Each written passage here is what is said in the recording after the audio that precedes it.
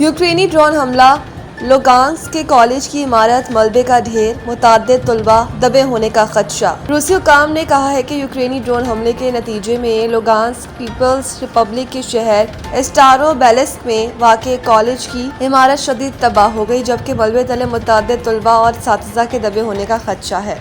रूसी वज़ारत ख़ारजा के ख़ुसूसी नुमाइंदे रोड्रोन मैरोशिंक ने कहा कि हमले के वक्त कॉलेज में 14 से 18 साल उम्र के 86 तलबा मौजूद थे। उन्होंने बताया कि यूक्रेनी अफवाज ने रात के वक्त ड्रोन्स के जरिए कॉलेज की इमारत और हॉस्टल को निशाना बनाया। रोड्रोन मैरोशिंक के मुताबिक हमले में 35 अफराद जख्मी हुए, जिनमें कई की हालत तशवीशनाक बताई जा रही है।